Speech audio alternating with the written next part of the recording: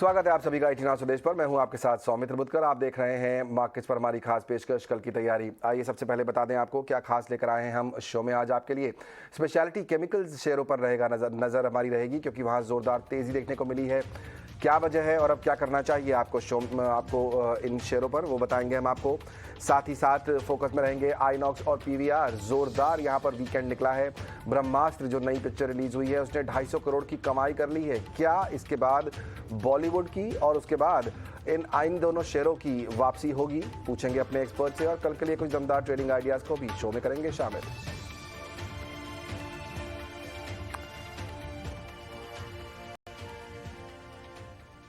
लगातार तीसरे कारोबारी दिन हमने देखा कि आज बाजार में तेजी दिखी। निफ्टी 130 अंक बढ़कर 17,936 पर बंद हुआ है।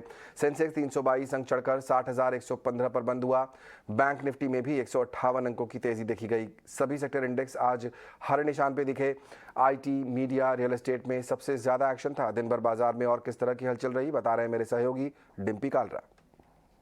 शुक्रिया। अगर आप देखें आज दिन भर मार्केट के अंदर 18,000 की वेट होती रही और आज सुबह से ही जब मार्केट ने 17,900 के ऊपर बाजार को खोला तो आज लग रहा था कि 18,000 लग जाएंगे। हालांकि बहुत ज़्यादा दूरी तो नहीं थी मार्केट में आज 18,000 की, लेकिन कल तक की दूरी बढ़ गई है।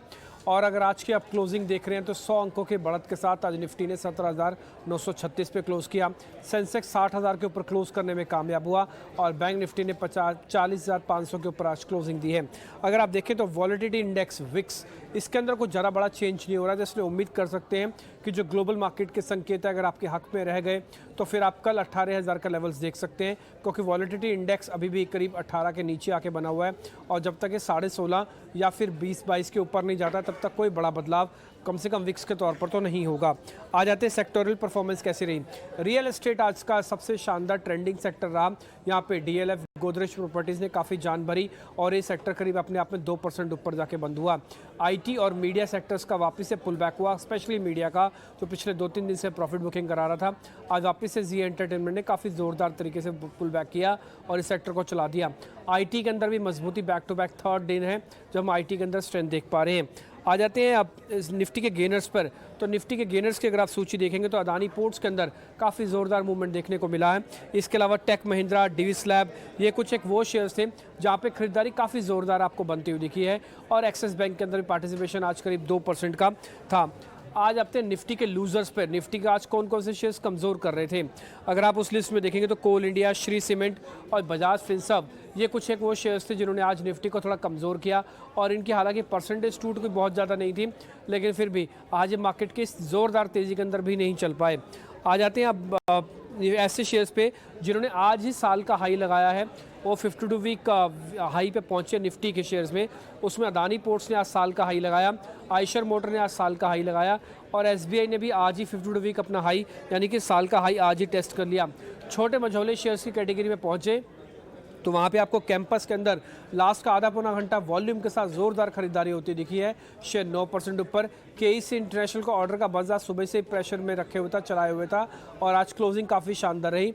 हिंदुस्तान एरोनॉटिकल्स को लेकर भी सरकार की जो योजनाएं हैं वो सामने निकल के आ रही है, शेयर चला। और टाटा इन्वेस्टमेंट जो कि होल्डिंग कंपनी है टिपिकली टाटास की, यहाँ पर भी काफ़ी अच्छा स्ट्रॉन्ग मूव हमको देखने को मिला है। आते मिड कैप के लूजर्स की श्रेणी में वो कौन से शेयर्स थे जो आज पिटे हैं। अब वहाँ पे असाही इंडिया एक वो शेयर था जहाँ पे आज टूट देखने को मिली है। धानी, ग्रिंडवेल ऑटो और इंडिया बुल हाउसिंग फाइनेंस, ये एक ऐसा शेयर था जो एफ&ओ के अंदर भी है और मिड कैप कैटेगरी का भी है। इसके अंदर आज जोरदार पिटाई हमको होती है देखिए। साल का हाई जहां तक लगा मिड कैप शेयर्स में, उसमें था कैंपस, HAL, Hindustan aeronauticals, Tata investment, इन तीनों शेयर्स ने आज साल का हाई भी लगाया। इसके अलावा केमिकल्स की 2 कंपनियां नवीन फ्लोर और फाइन ऑर्गेनिक्स, इसने भी आज का ही साल का हाई लगा दिया। तो कुल मिला के कल के लिए 18,000 की वेट बाकी है। बिल्कुल 18,000 की वेट बाकी है। क्या 18,000 कल देखने को मिलेगा? मेरे साथ 2 खास मेहमान जुड़ रहे हैं, रवि सिंह और किरण जानी। आप दोनों का बहुत बहुत स्वागत। किरण, आपसे पूछूंगा जो डिम्पी जानना चाहते हैं और मैं भी जानना चाहता हूं, आई एम श्योर बाकी जो ट्रेडर्स इन्वेस्टर्स हैं वो भी जानना चाहते हैं, क्या कल 18,000 देखने को मिलेगा? आज फ्यूचर्स में तो बाजार गया, निफ्टी गया था 18,000 के पार, लेकिन कैश में दिखता हुआ नजर नहीं आया। क्या कहते हैं आपके चार्ट्स?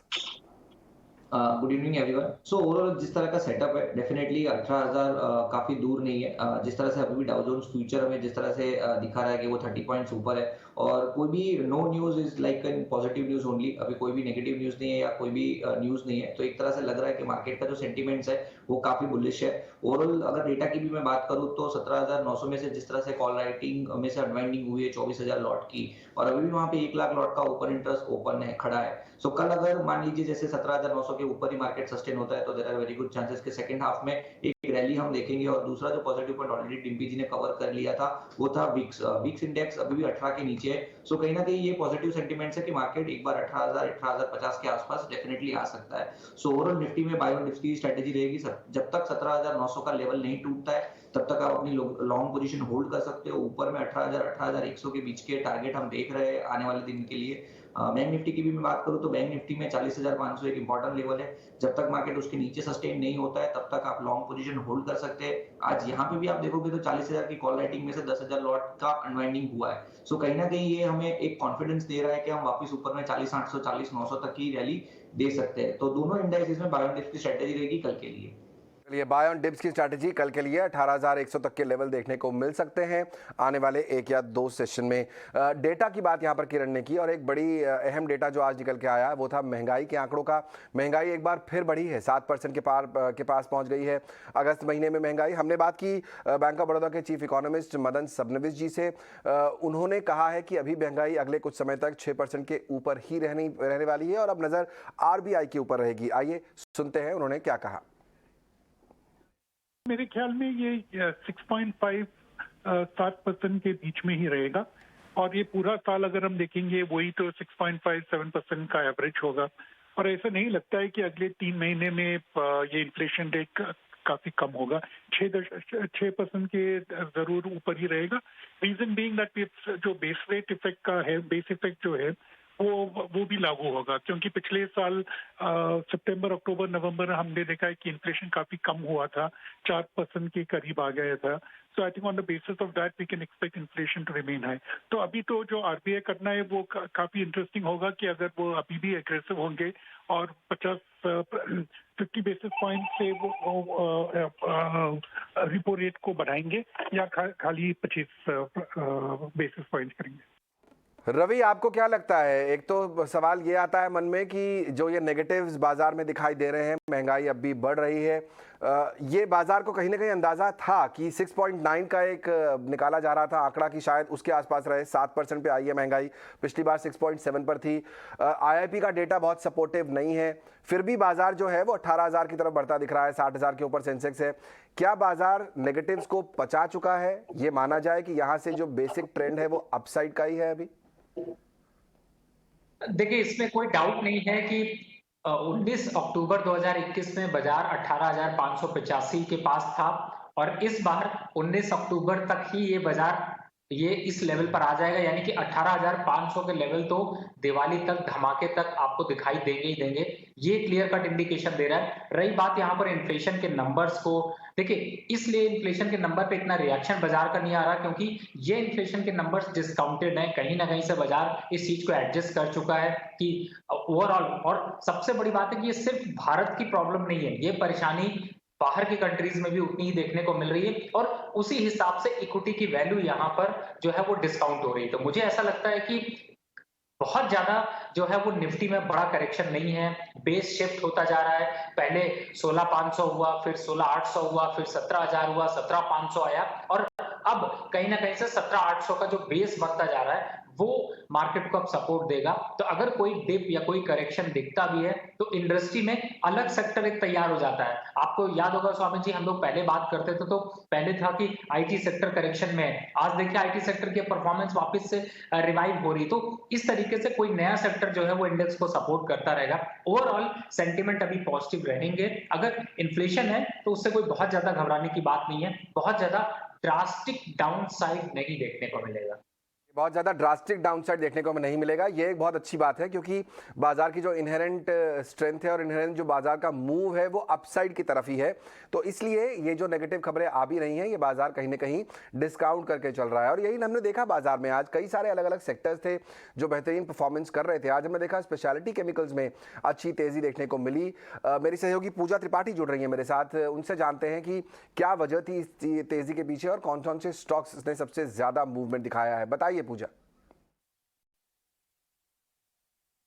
केमिकल शेयरों में आज हम देख रहे हैं कि काफ़ी शानदार तेज़ी देखने को मिल रही है। दीपक नाइट्राइट देखिए, नवीन फ्लोराइन, टाटा केमिकल्स सभी करीब 4 से 6% की मजबूती के साथ कारोबार कर रहे हैं। आरती इंडस्ट्रीज 3% ऊपर आज दिखाई दे रहा है और काफ़ी समय से हम देख रहे हैं कि पूरा का पूरा सेक्टर फोकस में भी है। अब यहाँ कुछ रिपोर्ट्स के मुताबिक निकल कर आ रहा है कि आने वाला जो समय है वो स्पेशलिटी केमिकल कंपनियों के लिए काफ़ी अच्छा रह सकता है, क्योंकि भारत का शेयर अगले 5 साल में इस स्पेस में 2 गुना हो सकता है। इसके अलावा पेंडेमिक के बाद से चाइना पर जो निर्भरता है वो भी काफ़ी हद तक कम हुई है। तो चाइना +1 स्ट्रैटेजी भी भारत के लिए प्ले कर रहा है। चाइना के पास करीब एक समय में करीब 36% मार्केट शेयर हुआ करता था इस स्पेस में, लेकिन अब वहाँ भी लगातार हम देख रहे हैं कि कमी देखने को मिल रही है। इसके अलावा भारत की केमिकल इंडस्ट्री में पिछले 5 साल में 12% की बढ़त आई है, यानी कि चाइना का मार्केट शेयर जहां एक तरफ कम हो रहा है वहीं भारत के मार्केट में एक बढ़त देखने को मिल रही है। इसके अलावा मेक इन इंडिया के तहत भी हम देख रहे हैं कि घरेलू केमिकल इंडस्ट्री पर काफ़ी ज़्यादा फोकस रहा है। हालांकि सरकार के सामने इंडस्ट्रियल ग्रोथ और पर्यावरण पर साथ में ध्यान देना एक बड़ा चुनौती होगी आने वाले समय में, लेकिन लगातार हम देख रहे हैं कि चाइना में जिस तरह के इशू चल रहे हैं उसके बाद इंडिया का मार्केट काफ़ी ज़्यादा अट्रैक्टिव हो चुका है। यहाँ पर कंपनियों पर फोकस भी काफ़ी बढ़ रहा है। हाल फिलहाल में हमने कुछ कंपनियों के नतीजे भी देखे जो कि काफ़ी शानदार थे। आज तेज़ी भी दिख रही है, पिछले काफ़ी समय से चल भी रहे थे। अगर कुछ कंपनियों के YTD रिटर्न अगर हम देखेंगे तो गुजरात फ्लोरो देखिए अभी तक 45% चल चुका है। नौसिल में 26% की बढ़त आई है। नवीन फ्लोरो 9% बढ़ा है। विनती ऑर्गेनिक्स देखिए 14% की बढ़त वहाँ पर देखने को मिली है। हालांकि कुछ स्टॉक में कमजोरी भी आई है, लेकिन इन स्तरों पर कुछ रिपोर्ट्स का मानना है कि काफ़ी आकर्षक नज़र आ रहे हैं, तो वहाँ पर आप नज़र रख सकते हैं। अभी फिलहाल हम देख रहे हैं कि आज इन्हीं सब कारणों के चलते और पिछले काफ़ी समय से जो बज़ बना हुआ है इन कंपनियों को लेकर, इस वजह से हम देख रहे हैं कि स्पेशलिटी केमिकल शेयरों में आज एक अच्छा एक्शन देखने को मिल रहा है। भारत पर निर्भरता बढ़ रही है और कंपनी के बेसिक फंडामेंटल्स तो अच्छे हैं। किरण, आपको पसंद आते हैं कोई केमिकल शेयर्स? हमने देखा पिछले कुछ दिनों में गुजरात फ्लोरो, नोसिल, नवीन फ्लोराइन जैसे स्टॉक हैं जो बढ़िया परफॉर्मेंस दे रहे हैं। क्या कॉल है इस समय स्पेस पर, और कोई आपका पसंदीदा शेयर हो तो बताएं। तो गुजरात फ्लोरो तो ऑलरेडी एक अच्छा रनअप दे चुका है। अगर हम स्पेशलिटी केमिकल की बात करें तो SRF के तरफ देख सकते हैं। SRF ऑलरेडी एक आउट परफॉर्म कैंडिडेट था। हमने देखा था कि 2700-2800 के बीच में एक रेजिस्टेंस फेस किया था। स्टॉक एक कंसोलिडेशन जोन में था, वहां से काफी अच्छा एक हम देख रहे हैं कि बेस सेटअप बना के अभी फ्लैग पैटर्न के अंदर ट्रेड कर रहा है। आज ऑलरेडी उसने ब्रेकआउट दे दिया है, तो कोई भी अगर इसमें गिरावट आती है 2700 तक हमें लॉन्ग करके जाना चाहिए। और जिस तरह का सेटअप है we are expecting at least 3000 plus kind of target in upcoming time. और जो हमें स्टॉप लॉस मेंटेन करना है वो 2600 का स्टॉप लॉस मेंटेन करके चलना है। तो SRF is our preferred stock in speciality chemical. आपका प्रिफर्ड बेट होगा यहाँ पर स्पेशलिटी केमिकल्स में। रवि, स्पेशलिटी केमिकल्स में आपको कुछ पसंद आता है? आज की कुछ टॉपिक में भी मैंने इसको शामिल किया है, हालांकि वो हम बाद में बात करेंगे, लेकिन अभी अगर मैं देखता हूं तो दीपक नाइट्रेट, टाटा केमिकल, इनमें काफी अच्छा मोमेंटम अभी और बन सकता है। टाटा केमिकल की अगर बात करूं तो इसका टारगेट मैंने 1350 का रखा है आने वाले मोमेंटम में, और खासतौर से दीपक नाइट्रेट की बात करें तो 2600 तक के लेवल। तो लॉन्ग टर्म पे भी ये स्टॉक काफी अच्छे हैं, मुझे लगता है जरूर फोकस करना चाहिए। अभी भी रैली काफी बड़ी है। चलिए, रैली काफ़ी बड़ी है, लॉन्ग टर्म के लिहाज से भी आप स्पेशलिटी केमिकल स्टॉक्स पर कर सकते हैं फोकस। एक और स्पेस जिस पर सबकी नज़र थी वो है मल्टीप्लेक्स शेयरों की। हमने देखा यहाँ पर पिछले कुछ सेशंस में कमजोरी काफ़ी ज़्यादा थी शुक्रवार को खासतौर पर। आज इसमें ज़ोरदार तेज़ी देखने को मिली। PVR हो या फिर आइनॉक्स, मेरी सहयोगी अशेषा जुड़ रही हैं डिटेल्स के साथ। बताइए अशेषा, क्यों चल रहे हैं ये स्टॉक्स? जी हाँ, शुक्रवार के सेशन में भारी गिरावट देखने के बाद मल्टीप्लेक्स स्टॉक्स में आज काफ़ी रिकवरी देखने को मिल रही है। आइनॉक्स, PVR दोनों ही स्टॉक्स में अराउंड 3 से 5% का उछाल देखने को मिल रहा है। याद रखिए शुक्रवार को ब्रह्मास्त्र मूवी रिलीज़ हुई थी। फर्स्ट डे पर ही 75 करोड़ का कलेक्शन हुआ और कलेक्शन एक्सपेक्टेशन से काफ़ी अच्छा हुआ है। फ्राइडे, सैटरडे, संडे वीकेंड के कलेक्शंस की बात करें तो अराउंड 250 करोड़ का कलेक्शन हुआ है। याद रखें ये पर्टिकुलर मूवी अराउंड 410 करोड़ के बजट पर बनी है। ब्लॉकबस्टर मूवी की काफ़ी ज़रूरत थी पूरे इंडस्ट्री को रिवाइव करने के लिए। याद रखिए पिछले पिछले कई महीनों में बहुत सारी फ्लॉप मूवीज़ थी, जिसके कारण बॉलीवुड में अप्रोच देखने को मिला था और इसी के चलते मल्टीप्लेक्स स्टॉक्स में भी एक डिक्लाइन देखने को मिला था। लाइगर, लाल सिंह चड्ढा, रक्षाबंधन, शमशेरा, पृथ्वीराज, सभी मूवीज़ व्यूअर्स को इम्प्रेस नहीं कर पाई थी। लेकिन ये भी जान लेते हैं कि ब्रह्मास्त्र के अच्छे कलेक्शंस के कारण इंडस्ट्री पर कैसा इम्पैक्ट देखने को मिल सकता है। याद रखिए, जैसे कि मैंने बताया, कलेक्शंस एक्सपेक्टेशन से काफ़ी अच्छे आए हैं। जुलाई और अगस्त के महीने में ऑक्यूपेंसी लेवल खाली 19 से 20% के आसपास थी और ब्रह्मास्त्र के अच्छे कलेक्शंस के कारण एक इंक्रीज देखने को मिल सकता है टिकट प्राइसेस में। स्पेंड पर टिकट में भी एक ग्रोथ देखने को मिल सकता है। याद रखें, टिकट प्राइसेस में जैसे कि मैंने बताया ग्रोथ देखने को मिल सकता है और फेस्टिव सीजन के कारण भी एक बूस्ट देखने को मिल सकता है। याद रखें, ईडलवाइज की एक रिपोर्ट आई है इसी पर, जहां उन्होंने कहा कि पीवीआर और आइनॉक्स का मर्जर है, वो भी एक बड़ा ट्रिगर रहेगा स्टॉक के लिए। लेकिन दोनों ही कंपनियों को सिनर्जेटिक गेन्स मिलेंगे और उसी के चलते भी शायद थोड़ा सा अपमूव देखने को मिल सकता है। लेकिन क्या ऑडियंस ओटीटी को छोड़कर सिनेमा घरों में वापस जाएगी, शायद ये टाइम ही बताएगा और इसी के ऊपर इस पूरा सेक्टर का आउटलुक निर्भर रहेगा। शुक्रिया शेषा। रवि, ये जो 250 करोड़ का आंकड़ा बता रही हैं शेषा कि पिछले दिनों में ब्रह्मास्त्र ने कमाया है, क्या आपका भी टिकट शामिल है इसमें? ये मूवी देख पाए आप? अभी मूवी देखने का मौका तो नहीं मिला, लेकिन रिव्यू की बदौलत काफी अंदाजा लग जाता है और फाइनेंशियल उससे काफी अच्छे समझ में आ जाते हैं। तो मुझे लगता है कि आपको भी रिव्यू स्टार्ट करना चाहिए और हमें भी रिव्यू पे फोकस करना पड़ेगा। ओवरऑल देखिए, मूवी देखी और मुझे इसके रिव्यूज अच्छे बताए गए हैं, लेकिन जिस तरह का परफॉर्मेंस फाइनली ये बॉलीवुड की मूवीज अब दे रही हैं, बहुत लंबे समय से इंतजार था, ब्रह्मास्त्र अच्छा परफॉर्मेंस दे भी रहा है। आपको लगता है रिवाइवल हो जाएगा? आइनॉक्स, पीवीआर फिर से लेने चाहिए स्टॉक्स? देखिए, ये तो जरूरी है कि दिवाली धमाके की जरूरत इस समय खास तौर से बॉलीवुड इंडस्ट्री को ज्यादा थी कंपटीशन को देखते हुए। पीवीआर और आइनॉक्स की बात करें तो देखिए, इनमें जो थिएटर में मूवीज लगती हैं उनको कॉमन है, चाहे वो आपकी हॉलीवुड की लग रही हो, टॉलीवुड की लग रही हो या फिर बॉलीवुड की लग रही हो। ओवरऑल सेंटीमेंट यहाँ पर जरूर पॉजिटिव बदला है और मुझे ऐसा लगता है, मैं लेवल्स की पर्टिकुलर यहाँ पर बात करूं तो आइनॉक्स के लेवल के वो देखते हो तो अगर 550 का लक्ष्य आप रखते हैं, 550 575 के आसपास का, तो आप जरूर यहाँ पर निवेश कर सकते हैं। 495 के स्टॉप लॉस से काफी अच्छा मोमेंटम गेन कर सकता है और आगे जो फेस्टिवल सीजन से उनका फायदा मिलेगा।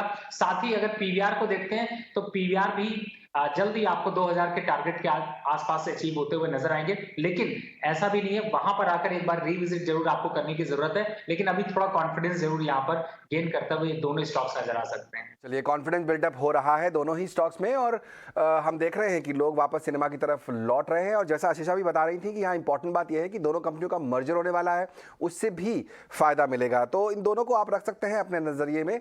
दिवाली के समय जाइए, पिक्चर भी देखिए और स्टॉक्स भी लीजिए, कुछ अच्छा रिटर्न मिलेगा। शायद पिक्चर के जो है पैसे, टिकट के पैसे निकल आए, काफी बढ़ गए हैं वो पिछले कुछ समय में। किरण, आपसे एक स्टॉक पर व्यू चाहूंगा, वो है HAL। यहाँ पर मॉर्गन स्टैनली ने इनको अपनी लिस्ट में शामिल किया। ये स्टॉक पिछले कुछ दिनों से अच्छा चल रहा है, आज भी अच्छा परफॉर्मेंस, अपने मिड कैप स्पेस में 52 वीक हाई पर पहुंच गया है, काफी चर्चा में है स्टॉक। क्या मेरी ट्रेन छूट गई है, मैं लेट हो गया हूं या अभी भी अपॉर्चुनिटी है?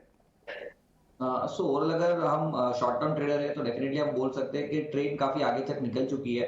लेकिन अगर मैं डेली चार्ट या तो वीकली चार्ट के ऊपर देखूं, डेली चार्ट पे तो मुझे थोड़ा डर लगेगा ये स्टॉक को रिकमेंड करते हुए, लेकिन अगर मैं वीकली या तो मंथली चार्ट देखूं सो डेफिनेटली एक रेंज ब्रेकआउट मुझे देखने को मिल रहा है, जो करीबन 2350 से 2300 के बीच में स्टॉक कंसोलिडेट हुआ था, वहां से निकला हुआ है। लास्ट वीक भी हमने डिस्कस किया था समवेयर अराउंड 2300 रुपए के आसपास ही, वहां से अगर हम देखें तो अभी 2600 के रुपए आसपास है। स्टॉक काफी एक एक्स्ट्राऑर्डिनरी बुलिश स्ट्रक्चर के अंदर है। अगर हम डेली या वीकली चार्ट के ऊपर देखोगे तो वहां पे जो मोमेंटम इंडिकेटर है वो एक्सट्रीम ओवरबॉट जोन के अंदर है। सो करंट मार्केट प्राइस है तो I would not recommend to enter into this stock, लेकिन कोई भी करेक्शन इसमें आता है 2500 का एक साइकोलॉजी सपोर्ट भी अच्छा है और साथ ही साथ लास्ट वीक का हाई भी 2450 के आसपास है। सो आई वुड सजेस्ट के वेट फॉर द डिप, अगर कोई भी डिप आता है 2500-2550 के बीच में, सो वहां पे एक बार हम एक्यूमुलेट कर सकते हैं। ओवरऑल स्टॉप लॉस आप 2350 के नीचे अगर रखिए, लेकिन लॉन्ग टर्म सेटअप जिस तरह का है हम डेफिनेटली इसमें 2800 से 2900 के टारगेट देख सकते हैं। यानी मतलब ये हुआ कि अगर ये स्टॉक आपके पास है तो आप इसे होल्ड कर सकते हैं, 2800-2900 तक के टारगेट आ सकते हैं।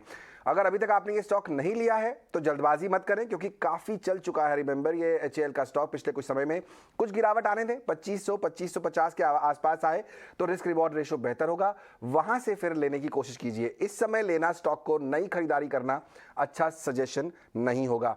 तो कौन से स्टॉक्स पर कल के ट्रेडिंग सेशन में मेरे मेहमानों का रहेगा फोकस, ये जानने का वक्त आ गया है। अब जानते हैं उनके VIP शेयर्स।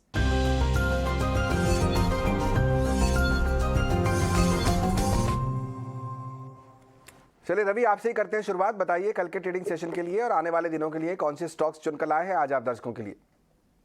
देखिए सौमित जी, एक स्टॉक, एक सेक्टर जो केमिकल है उसमें से एक चूज किया मैंने स्टॉक, और बड़ा डिफिकल्ट था क्योंकि सारे स्टॉक्स आज निकल चुके हैं, इसलिए मैंने आज स्मॉल कैप का एक स्टॉक लिया, DCW। केमिकल और पेट्रो इंडस्ट्रीज में, पेट्रोकेमिकल में डील करते हैं, 1500 के करोड़ का करीब मार्केट कैप है, लेकिन अभी भी दमखम अच्छा है। EPS के हिसाब से देखते हैं तो आपको 5.5 का EPS, 9.25 के करीब का PE रेशियो है, जो कि अट्रैक्शन देता है, और कंपनी के 4 क्वार्टर की ग्रोथ आपको बहुत ट्रेमेंडस लगेगी। तो मुझे लगता है कि आपको ये स्टॉक 20% का रिटर्न आने वाले हफ्तों में ही दे सकता है, तो इसको आपको जरूर शामिल करना चाहिए। इंट्राडे के हिसाब से अगर आपकी ट्रेन दीपक नाइट्रेट या फिर अदर केमिकल स्टॉक्स में छूट भी गई है तो ये आपको ट्रेन पकड़ने में मदद दे सकता है, तो इसको निवेश के लिए ले सकते हैं। दूसरा स्टॉक है जो कि बड़ी इंडस्ट्रीज है, आप देख ही रहे हैं पावर की डिमांड जिस हिसाब से बढ़ रही, पावर के सेक्टर के स्टॉक्स चल रहे हैं। टाटा पावर ऐसे में खड़ा हुआ है जो कि आपको वापस ऐड ऑन करने की मदद दे रहा है, तो मुझे लगता है 242-240 के पास रिस्क रिवॉर्ड रेशियो काफी अच्छा है। 270 के टारगेट आपको अक्टूबर-नवंबर तक में देखने को मिल सकते हैं, और अच्छा गेन यहाँ पर बनता हुआ नजर आ रहा है। तो मुझे लगता है कि नंबर्स में अट्रैक्शन है, क्वार्टर ऑन क्वार्टर बेसिस पे अट्रैक्शन है, तो आपको ये स्टॉक इंट्राडे ट्रेडिंग हो या फिर कल की तैयारी के लिए भी आपको ये स्टॉक लेना चाहिए।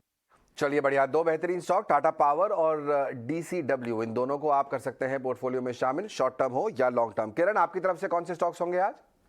हमारी तरफ से भी 2 कॉल है। पहला रहेगा EU bank, EU small finance bank की अगर हम बात करें तो क्लियरली एक कंसोलिडेशन ब्रेकआउट में देखने को मिल रहा है। स्टॉक में मल्टीपल टाइम 660 का रेजिस्टेंस फेस किया है, और नीचे में अगर आप देखें तो 640 का सपोर्ट था। स्टॉक सभी अपनी मूविंग एवरेजेस के ऊपर ट्रेड कर रहा है, और साथ ही साथ एक राउंडिंग बॉटम पैटर्न ब्रेकआउट दे रहा है। सो अगर कंसोलिडेशन प्लस राउंडिंग बॉटम को हम इकट्ठा करें तो एक cup and handle pattern breakout देखने को हमें मिल रहा है। तो 661 के आसपास हमें लॉन्ग करना है। 694 का टारगेट हम 1 से 2 दिन में देख रहे हैं, और 639 एज अ स्टॉप लॉस हमें मेंटेन करना है। नेक्स्ट जो स्टॉक रहेगा वो कैस्ट्रॉल इंडिया है। काफी लंबे समय के कंसोलिडेशन के बाद हम देख रहे हैं कि इसमें कुछ एक अट्रैक्टिवनेस आ रही है। स्टॉक में मल्टीपल असेंडिंग ट्रायंगल ब्रेकआउट है, और अभी जिस जंक्चर के ऊपर स्टॉक है इसमें भी एक cup and handle pattern breakout हमें देखने को मिल रहा है। मोमेंटम इंडिकेटर या वॉल्यूम वाइज भी आप देखोगे, सो एक प्राइस एक्शन ब्रेकआउट का कंफर्मेशन भी मिल रहा है वहां से। तो 119 के आसपास स्टॉक ट्रेड कर रहा है, कोई भी डिप आता है हमें लॉन्ग करके जाना चाहिए। 126 तक के टारगेट है, और 114 एज अ स्टॉप लॉस हमें मेंटेन करना है। ओके, तो कैस्ट्रॉल और AU स्मॉल फाइनेंस, ये 2 स्टॉक हैं जो किरण को पसंद आते हैं, इन पर आप कर सकते हैं, अपना नजर डाल सकते हैं, और ट्रेडिंग के लिहाज से बेहतरीन। स्टॉप लॉसेस का जरूर ध्यान रखिए, ट्रेडर्स को ये हमेशा ध्यान रखना चाहिए। चलिए, बहुत बहुत शुक्रिया रवि और किरण समय निकालकर आज शो में शामिल होने के लिए, और मुझे और पूरी टीम को भी दीजिए इजाजत। कल की तैयारी को हम यहीं समेटेंगे, लेंगे एक ब्रेक, लेकिन आप कहीं मत जाइए, बने रहिए इजी नाउ स्वदेश के साथ।